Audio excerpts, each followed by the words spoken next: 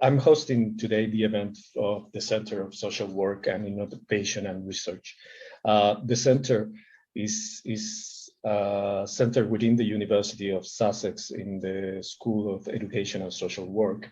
And it carries research from different stages in human evolution, since childhood to adulthood. And what we're going to be talking today is about collaboration and participation within the Chilean context. We have here Hans Rosenkranz, that he's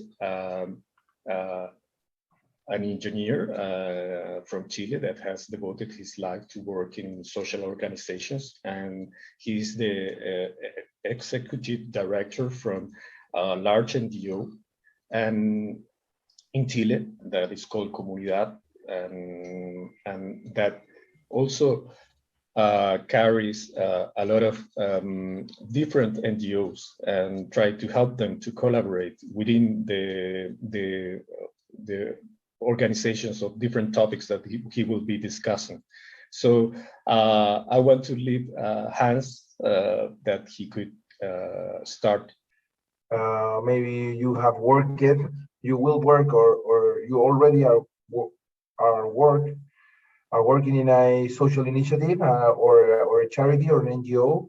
So I would say that it may be a lonely work, not that collaborative as we used to think. So this is me 15 years ago working in my first actions, and of course we were trying to collaborate in a community, and it wasn't that easy. So my point of view at this point is we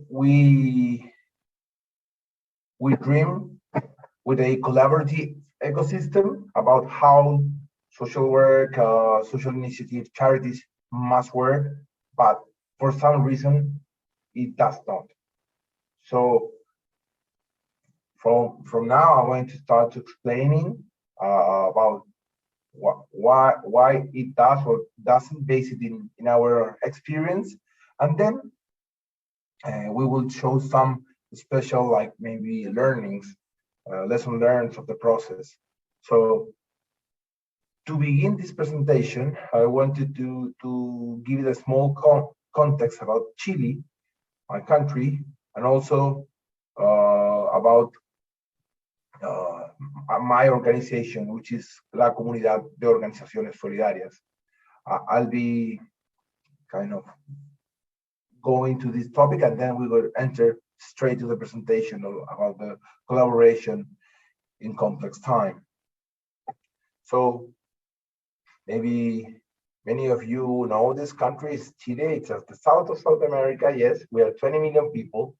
We have huge earthquakes regularly, but also tsunamis, drought, and we kind of a small pot for kind of natural disaster. So almost everything is in Chile about disasters. We do like football. Our country is on the top in the development rankings in Latin America, but at the same time we are the top in the inequality rankings. So it's kind of good and not that good.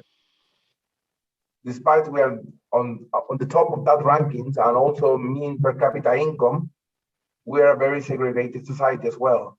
So we do have beauty in the country with almost all kind of climate, but also we have contrast.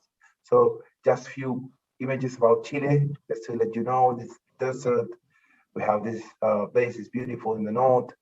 Of course, we have forests, Arctic weather. This is Santiago in its better, the most beautiful picture. So this is how it looks sometimes when you want to try to surprise, but also we have our thing full of contrast. So this image is one of the most accommodated neighborhoods. So you see big buildings and stuff, and just in the backyard you can find informal settlements. So I say Chile, it's a land of contrast with many things that maybe we don't like that much. So I want to talk about the social disruption of October 19, which is a very sensitive topic. I wanted to do it the more uh, equitable in my presentation. So if I in somehow say something that you might believe it's wrong, please let me us know in the chat. I'm most than open to listen, but I wanted to make a point where we were. So this beautiful country in October 2019, we have this. So we have a major social disruption in the last 30 years under the slogan, it's not 30 pesos, it is 30 years. Trying to show that we have a small rise in the public transportation prices, but as a matter of fact, more than this small rise price, it was like a culture of inequality and unequal treatment between citizens. So in a very unexpected moment, what we had, in short, was that in the night of 18th of October, and then the 19th of October 2019, and the days that come after, we have 113 underground stations burned, but 113 underground station damage out of 137, and we have 7 of them fully burned, like this one, which I think was a difficult thing to understand for many of us, why this has happened and why it happened for the city.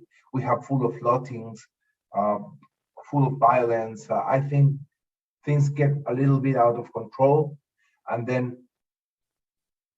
this whole beginning of the violence turned to maybe a more not totally, but more pacific conversation in protest, which were out of with not that much buildings burned and much more people raising their voice in the streets with many causes. And we used to believe these are the causes of the people who are not visible, because there were many slogans over the march. So people saying about many different topics. And things start to becoming a little bit more peaceful, but still in huge kind of crisis about confidence. And always these kinds of things have bad things too. I would say that during this period or a little bit longer, what we get was like more than 400 people with damage in their eyes, ocular damage. And also we have more than 8,000 people victims of state violence, which is totally unacceptable. So, and this create another crisis about the legitimacy of policies of police, and then it becomes a bigger thing. So we do have crises as many countries with the COVID, but also we have this one before, and we have in between some small natural disasters.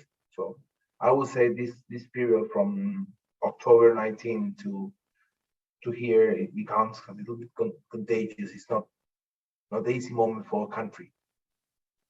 So let's give this idea for a second about Chile, and then let me introduce my organization, which is La Comunidad de Organizaciones Solidarias, or Solidarity Organizations Community. It's an umbrella organization. We gather 240 organizations from civil society, multiple backgrounds, sizes, geographies, causes, religious beliefs.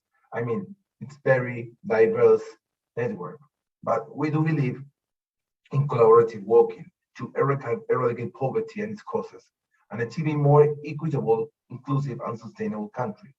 So, sounds brilliant. It's a great thing. This is one of our last pictures before the social disruption and COVID-19 pandemic, like people like gathering, having large talks. So what we do in concrete. So what we community do. So first of all is our beliefs. But if we try to be more specific, I could share with you that we do three things. So one is public policy. So we do believe in collective advocacy and its legitimacy. We believe that when organizations work together, everything works better. Of course, we do a lot of strengthening and transparency, developing tools, supports, and training for the organizations. And of course, we also do articulation. That's something that I'm going to speak longer a little bit in advance in this presentation. So what we specifically do, we develop permanent public-private collaboration projects where civil society can gather in an initiative, but not also civil society, also the private sector and the public sector. We do have 4 of them nowadays. The first is together in the childhood, Juntos por la Infancia, together by the reinsertion. It's together for Juntos por la Reinserción, and together in the streets, it's fighting for homelessness, for the end of the homelessness in the city of Santiago. And the last of them, it's Movidos por Chile. It's a permanent initiative to make society collaborate in this natural disaster, to reduce the impact of natural disasters. So this is what we do, our belief. So from this point of starting, I want to start my conversation with you. So while civil society organizations do not do that much in collaboration. So I totally share with many of you that have lived this, which is not great, but it's something that happened. So maybe you can guess in the chat with few words, why did it happen? Why do you believe the organizations do not collaborate that much, or why collaboration is not that often as much as we want? Because of course, we already know that no one by ourselves can solve the most pressing social issues or environmental issues by ourselves. We cannot solve it. So collaboration is the key, but it doesn't happen. So if you have any idea, just write it down in the chat box and then we will check it. But I will share with you some of them. So let's say egos, let's say lack of resources, and of course, competition for funds are things that it's always happening in the social sector ecosystem. But we are talking collaboration in complex time. So you can have all these reasons to not collaborate, but when you have this kind of impact in the community, this is a picture of one earthquake in Santiago, in Concepcion, the second largest city in the country in 2010, where a building was divided by the half because of an earthquake. So I would say when you have this kind of things, you can have a lot of reasons to not collaborate. So something happened and starts a spark for collaboration. So at this point, we can say, of course, that's no problem, because if you have a spark to start in a collaboration in complex time, you are done, you are already solved. In our point of view, the spark is not enough. It is needed, but it's not enough. And I will explain you why, and why it's important to work collectively. So let me share an example about how the spark does not work. This is a print page of a news happening in Chile in 2017. We have a big fire, kind of southern of square kilometers burned in some regions. And if you can read the headline, said Santa Olga, the city, the small village, becomes the epicenter of the hope after the tragedy. But if you read a little bit down there, it said the government blocked the access to whom do not live in the zone, or they are not emergency vehicles.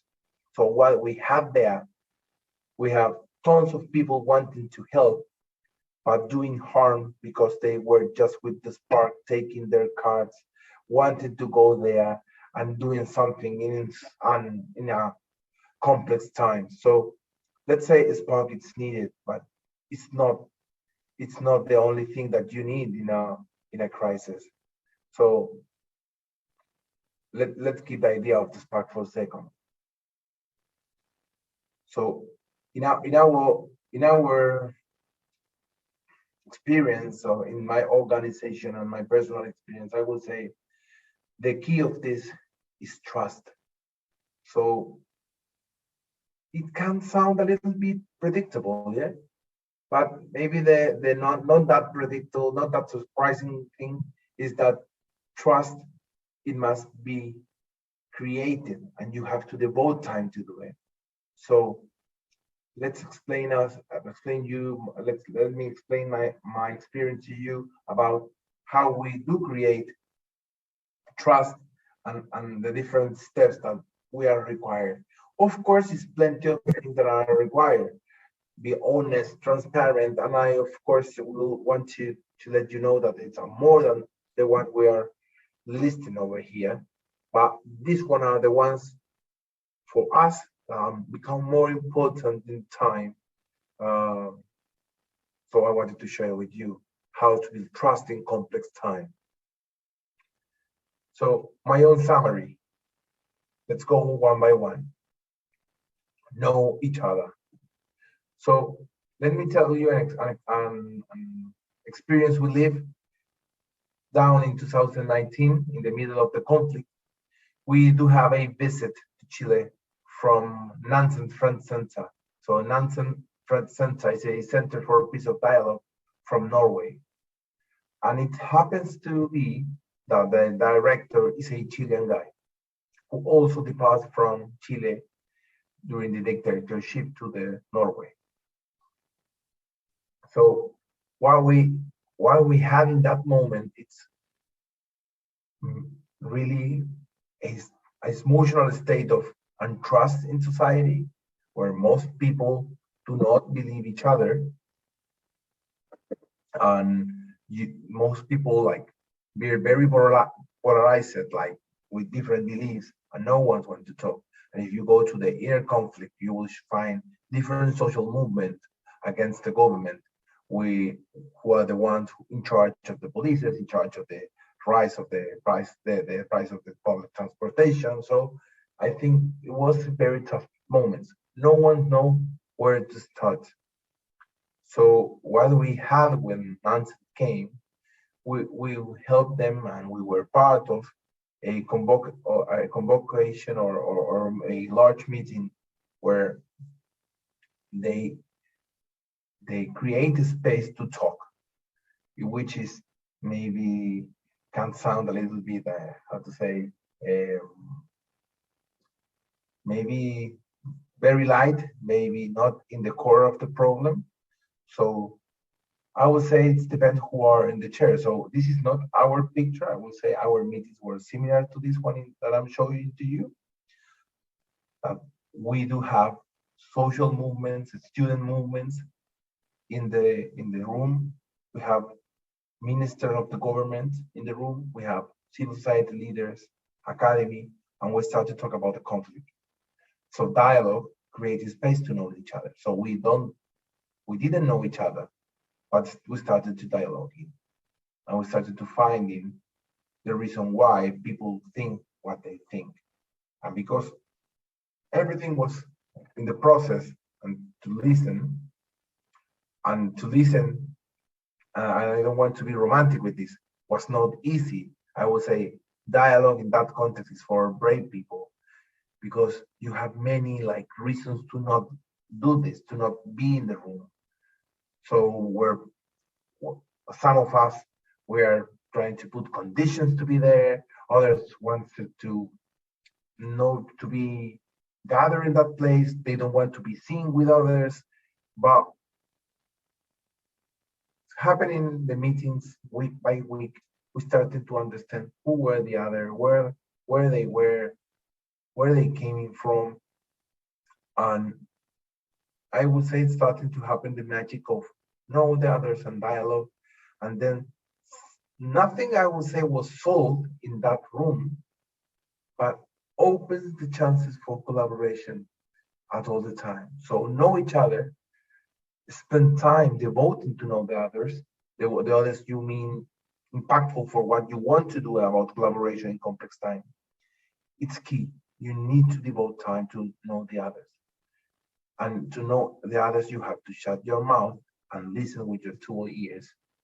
With that, it was one of the most impactful experiences in my life. Let me move faster. So then the second thing is the know capacities of the all stakeholders. So we used to go straight forward to say, let's collaborate between governments and charities or civil society organization, and let's start moving.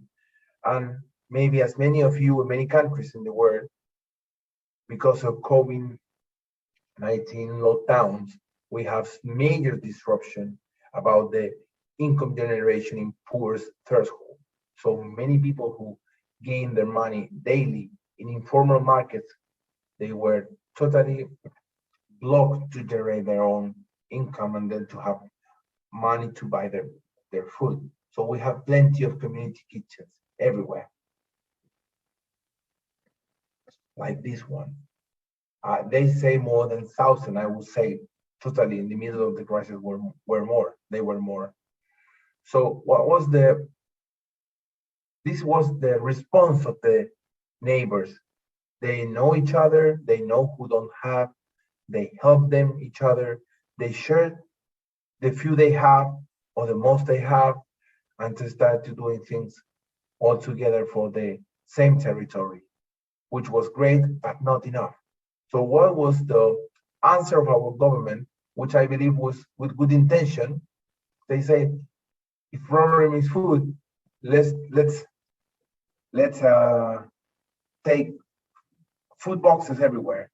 So they bought like 4 million boxes of food to trying to deliver these ones. So because we leave this in first person, we were called by them, I would say they don't have the logistic. The prices of the logistic of this were huge. And a side effect that I think is predictable is the prices of the food rise enormously in short period, making a bigger crisis. So in the despite you have the opportunity to work with the capacity of the community or the people that maybe need what you want to deliver, you create another way, which is sometimes can create harm in the communities. So we work in a different and smaller project that I wanted to share with you, which maybe can open a space to think about crisis and complex time. So what we do is we will recognize capacities of territory. We work with community-based organizations. And because we cannot know from a central board who they are, we work with charities that they already know who they were and they already have trust each other. And we create like a special board who raise money and they give them straight to the community-based organization who were supported by charities that they already know. So we create a trust logistics system, which was, I would say, cheaper by far and also faster than far. The initiative was Community Response Fund and was funded and executed by many organizations at the same time. More than 40 were working on that, but was based in more than 1,000 communities that trying to help. So we deliver money to buy food in their local communities, rising local economy, but also creating something that they can empower themselves to do more. So I think when you have a crisis, no matter what kind of crisis, you should look everywhere. identify stakeholders and know what are their real capacities to work each other and trying to create from this, not without this, because it's already happening and it's already really valuable. So second thing, know the capacities of all the stakeholders. The third one is have a shared purpose. So I wanted to share another experience. We have a network. Inside our network, it's named Movidos. And Movidos, it's a small team of 4 people, 3 people in that time, who engage in peaceful times with organizations, companies, local governments about how to respond to a crisis. And because we are very used to have natural disaster, I think it's something that we have to do. So they already have a community, they already have a commitment, they know each other, they meet maybe once or twice a year, they have a some kind of preparedness or training system, and they have a shared purpose. They know that when something happens, they will be able to give a hand. So in this picture, we're in the warehouse of Hogar de Cristo, which is a huge organization. They have the space, but the people in there is people from many civil society organizations, and some of them offer the capacity to do logistics, other just went there to have more hands in the warehouse, and other are just doing delivery. And they were able to do a response during the crisis that I would say was successful. But you have to invest time to create the trust, and they do. We do. We devote time to do this.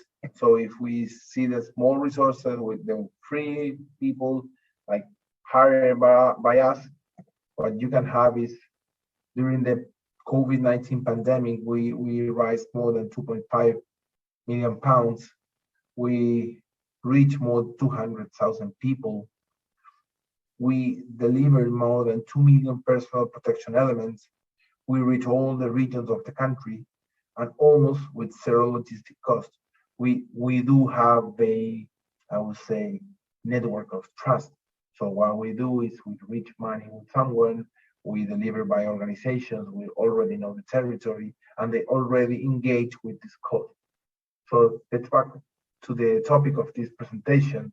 If you want to have collaboration in complex times, you must start working right now collaborative and creating communities, creating network, creating umbrella organizations, creating movements. Like it could be for climate change, it could be for poverty, for gender equality. No matter what you want to achieve, I will advise you to start creating, but you will need it in complex time. So this is the third one, to have a shared purpose. And lastly, I said it's build a team to deliver their purpose. So this is 4 things we do or we have done. Not always we are successful doing this. I'm trying to bring it to you some successful examples, and of course there are others that are not. But I would say when you have a team, which not necessarily means team hired by one organization. I mean team composed by many people from many backgrounds, but they recognize themselves as a team with a shared purpose. You must design this to reach the purpose. How do you design? I would say map the gaps. Nor mind the gaps. I mean mapping the gaps to make the system work. Always there are gaps in the systems, and there's people to need to devote time only for articulations. I already know that. Share objectives. So have an objective or a purpose and pursue them. Also have an initiative that can be achievable with the collective effort, but also with individual effort, because most of them, they're not going to be able to change what they do. Crises, when they are short, are easy to congregate, but when they are not, I would say it's not that easy. So I think you have to manage to collect all the kind of effort, the collective one and the individual ones. And of course, having a shared success performance indicator.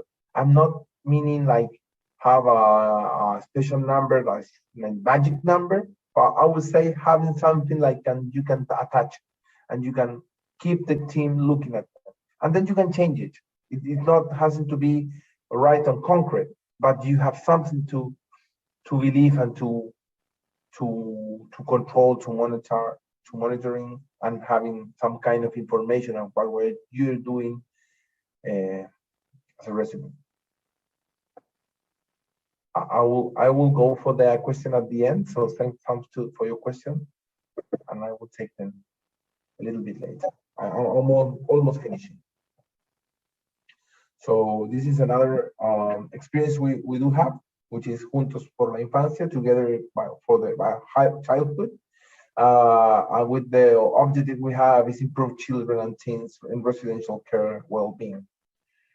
So this initiative starts with something maybe it sounds silly for you, but what we do is to do matching enterprises and residences. And we ask them to work together, not to give money, not to look at the other like a donor and donatory. In fact, the opposite, just to look themselves like similar, that they want to work together and to create a plan. We already have 60 alliance of these ones, 1+1. We reach 1,000 of children and teens in the residential care in Chile, which is a little bit less than a quarter of the total amount of children living in a residential care. But we do starting to look in progress in this community. But as soon as we started to working, we started to look in the missing parts. So there's something maybe small but important, which is recreational activities. So we're trying to connect with others to bring it back to the table. And then we realized that mental health is a problem. And just because we were too many, it was easy to talk with others and to create a kind of pilot to develop a system for mental health and maybe to translate the social policy. And because we were doing such a great thing, we were able to collect with a artist in the national scenery to help them to support mental health and to do recreational activities at the same time. We started to congregating people who are already alumni of this kind of residences, and they raise their voice and help them to organize themselves. And we kind of doing kind of network of things. So when you have a crisis and you have a network, it's easier to resist and you become more resilient.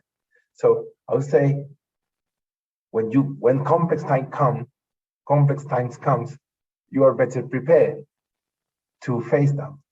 So I will want you to wrap it up with all of the things. So first of all, trust matters. So you must consider a plan to create trust in your ecosystem. Having dialogue skills and techniques is key for social work. No matter where you are, if you are able to go outside to negotiation, to go outside to mediation, and start people talking each other and having the space and time to say what you need to say, you're gonna have I would say a better prepared context for collaboration. The sparks are determinant, but not enough. Distrust is evident and generates retaliation behavior. If you don't know each other, I will advise you to start trusting, because untrust is quite difficult to take it away. And start where the fence is lower. Big plants were small at the beginning. All the trees were seeds in a moment. So maybe you have a complex idea of how you should create collaboration in the whole thing. I would say start simple. 1+1 initiative was not the solution. But because we were able to create a community, we were able to start working and create more and more and having share goals and then share achieving. So we were happy, we have trust on the like. The group could be not that big at the beginning. So you could sort out this step later, but I will strongly advise to keep asking yourself or your team or your collaboration team who is missing in this table and why they have to be here. In complex time, you never know what would you need.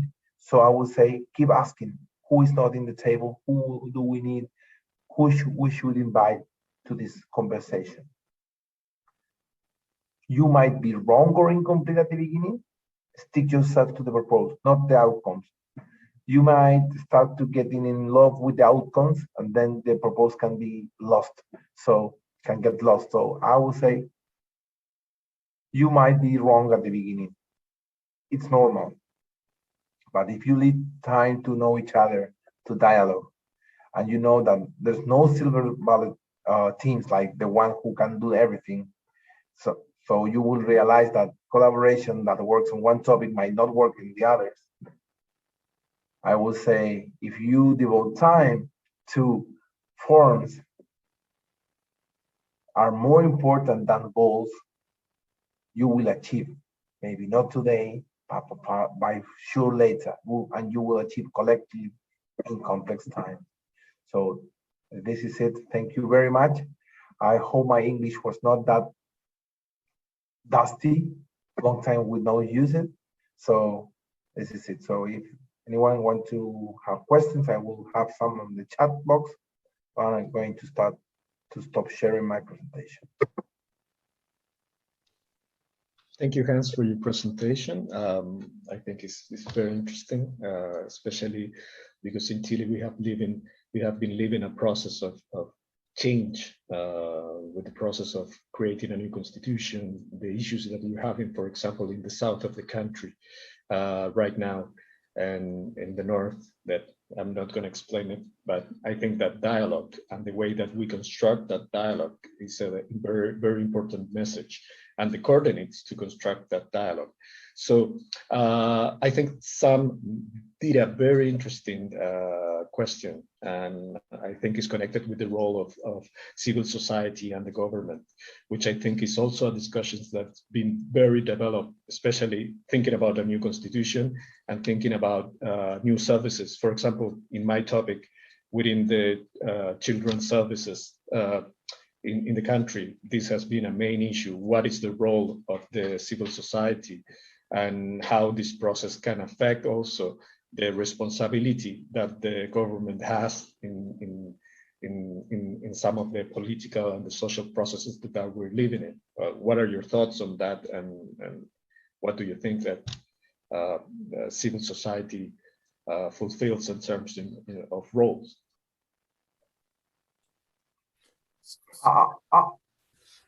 Sandu, do you want to say something? No.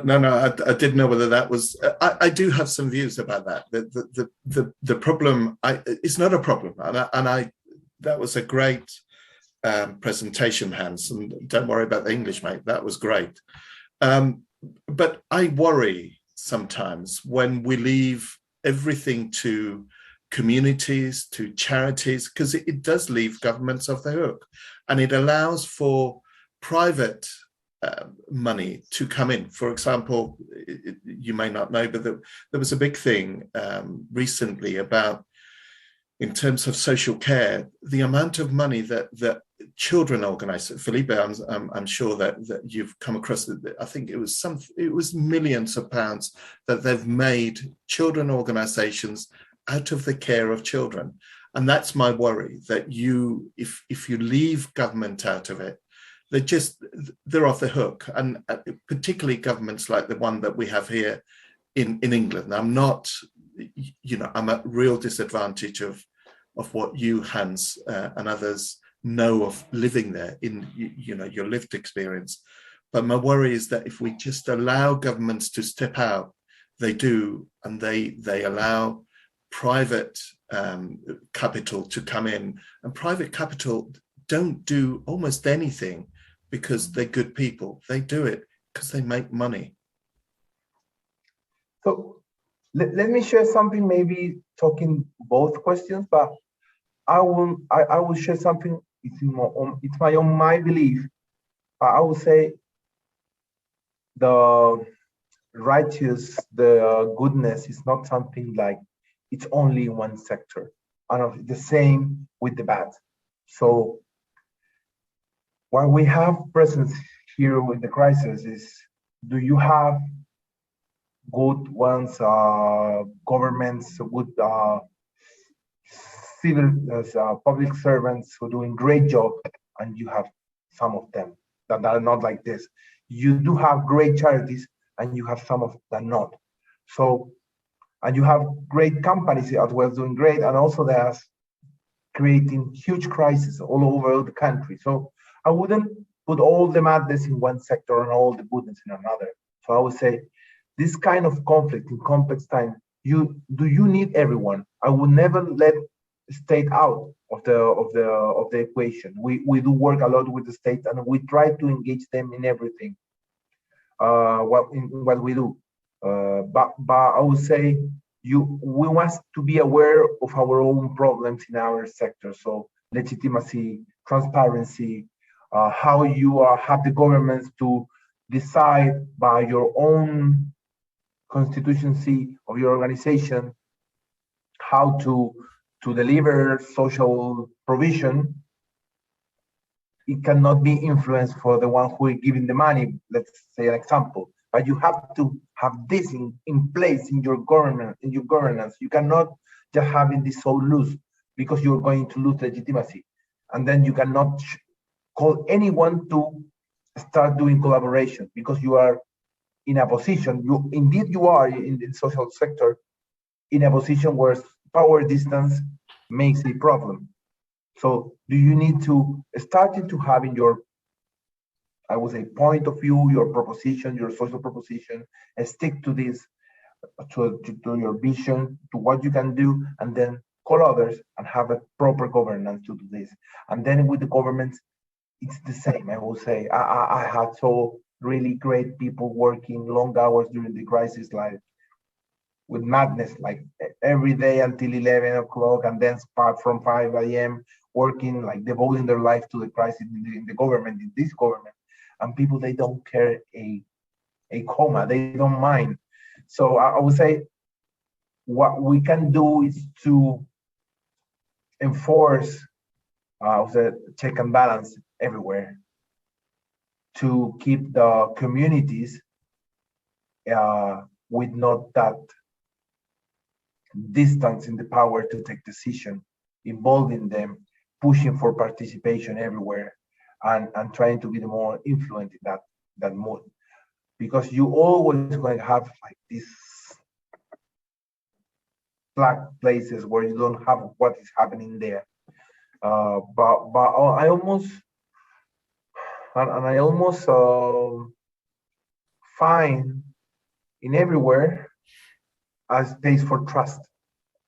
But you have to give you time to start knowing each other, because you can, I think, dialogue is not about to believe in the other words and to collaborate with everyone.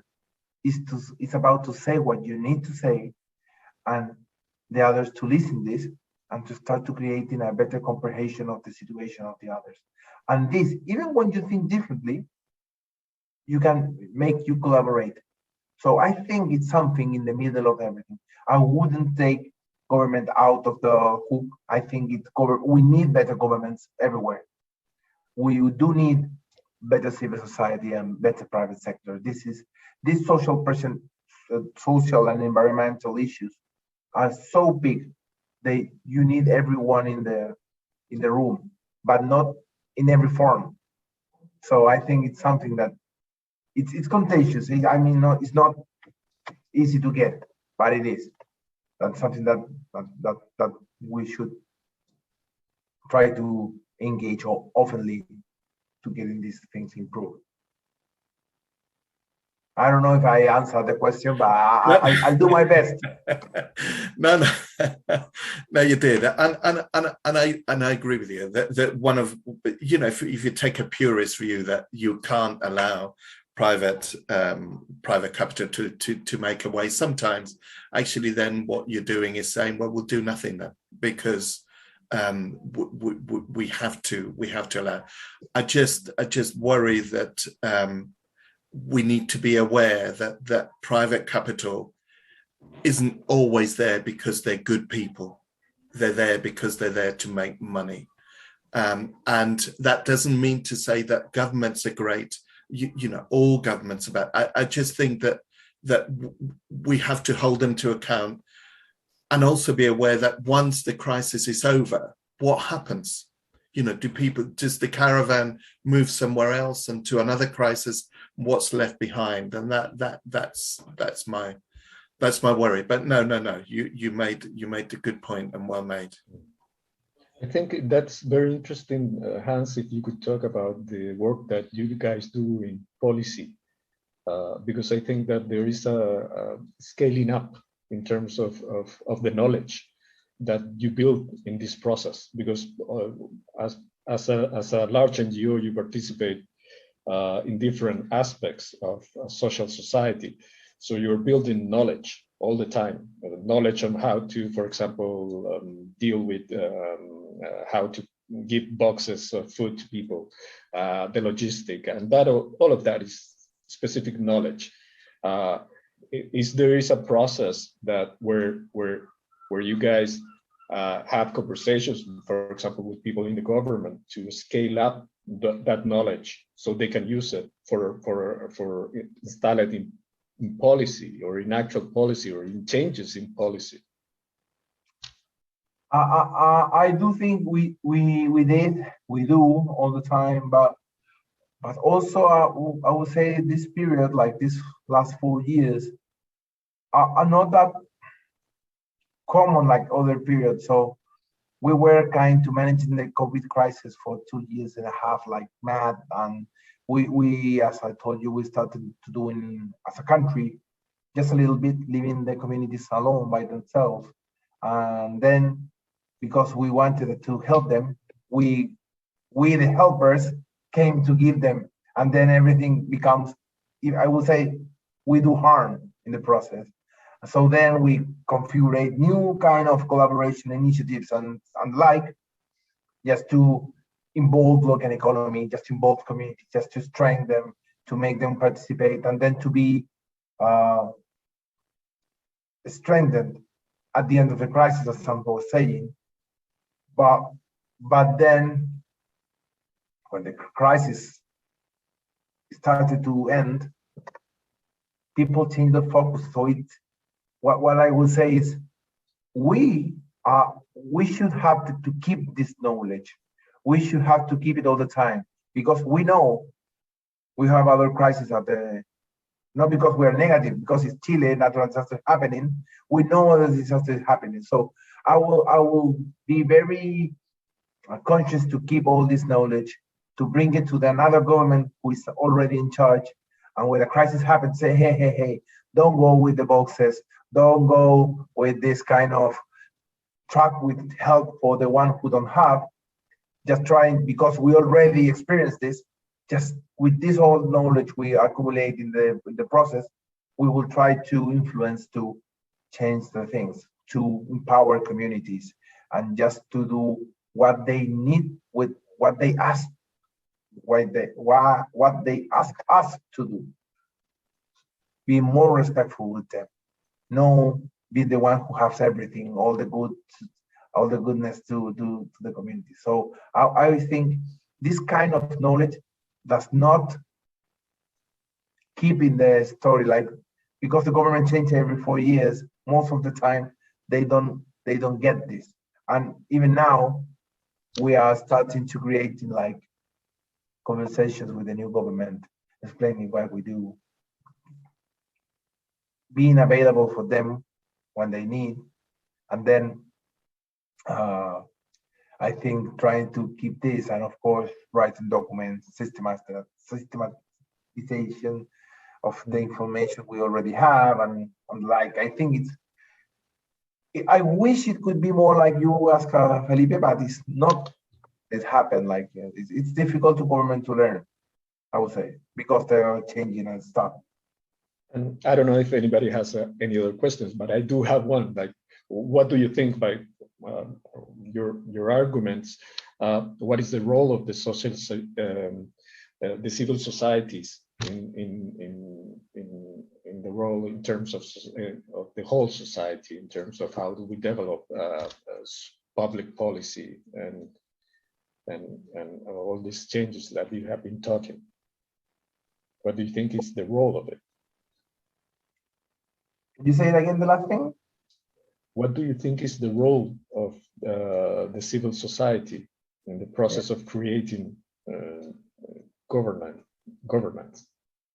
I think we do have as a part. We are not the whole thing. So civil society organizations sometimes do social provision, other times control governments, are part of check and balance. And also we are controlled by government in the two ways. So I think it's important to recognize the importance of check and balance everywhere, and to diminish the absolute power of someone, let's say the one who the capital that someone was saying, or whoever. Like we need to understand the importance of power imbalance and how they affect communities and how we can manage them. And then this applies for governments, for civil society. So what we do is we advocate for this all the time. We advocate in our inner circle with our organizations. Like we ask them to be transparent with their numbers, to report in a comparable way between them. We advocate to create like new rules for charity, maybe simple ones, but the ones who at least can control the small ones too.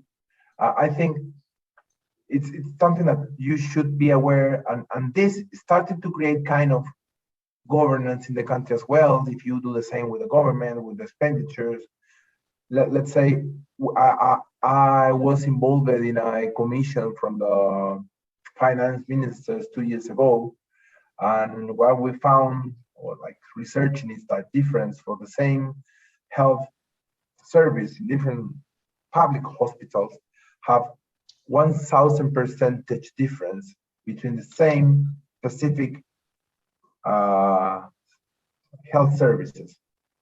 So if you find this, you can say, well, why this happened? Where are the controls happening? Who are the ones who are the comparisons? Who are the ones who, and civil society can do this, can help to enlighten some darkness.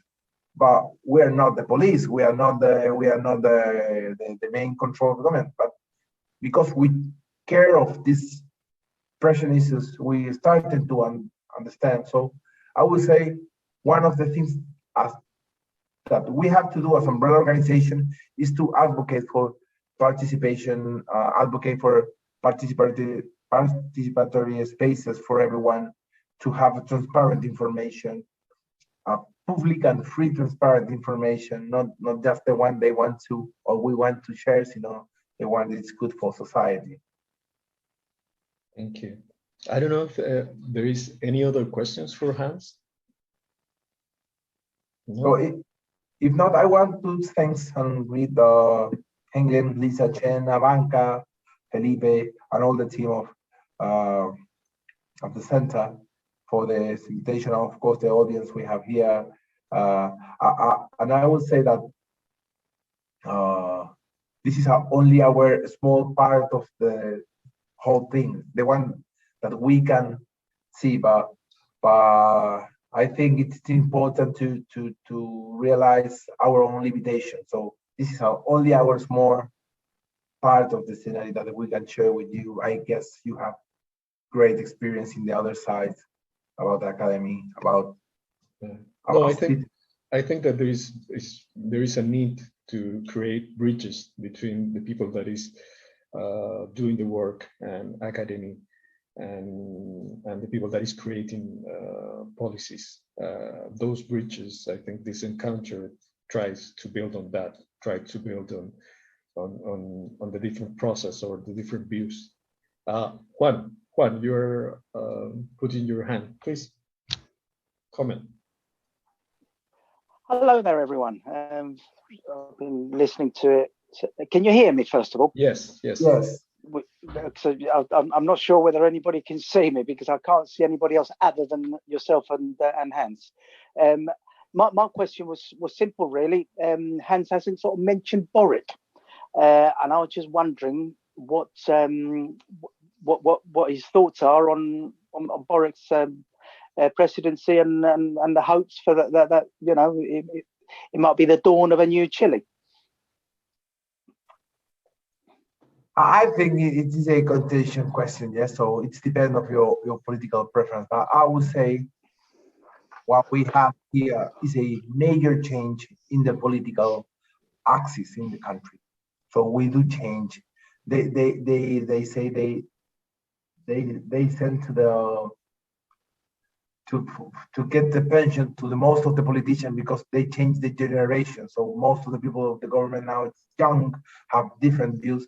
And I'm totally sure that one of the biggest problems is the difference in the views in the generation. So I think we do need in this time new generations to having new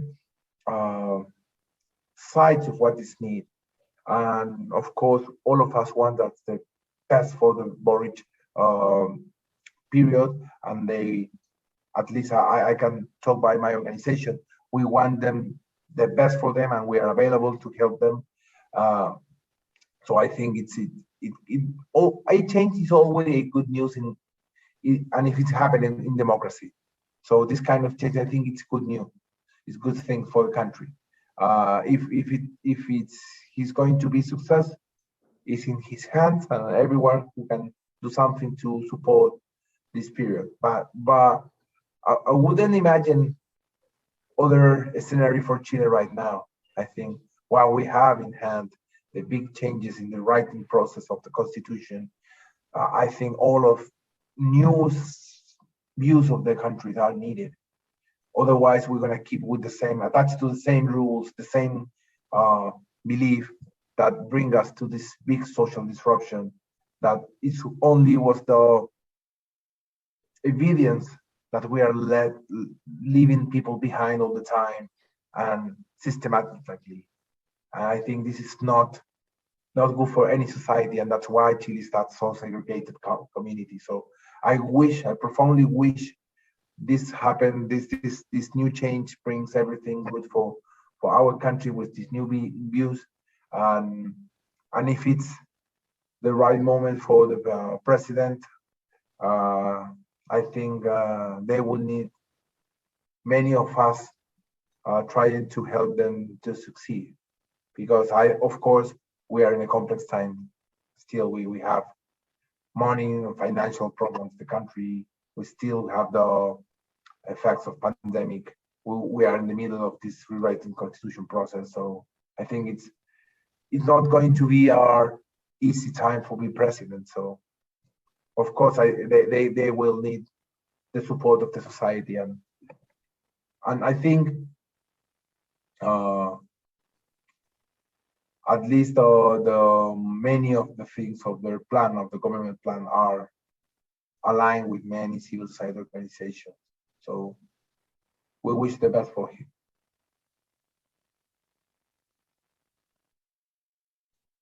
I think he just went. He had a connection, I think. Yeah. Well, thank you very much, Hans, for your presentation. I think actually, if you see the policies of Boric in terms of what they're how they're trying to deal with the problems that we're having in the south with the Mapuche and the indigenous claim for rights, and what are they proposing to in terms of engagement with that community is about dialogue. And I think it's very interesting that you were talking about it in terms of coordinates for that dialogue. And I think that is very needed to think about what is needed to construct a specific dialogue to solve crisis. what are the coordinates for that dialogue, what is what is needed to be in that table, and I think that's a lot of knowledge that could be shared. So hopefully they listen. So Hans, thank you very much.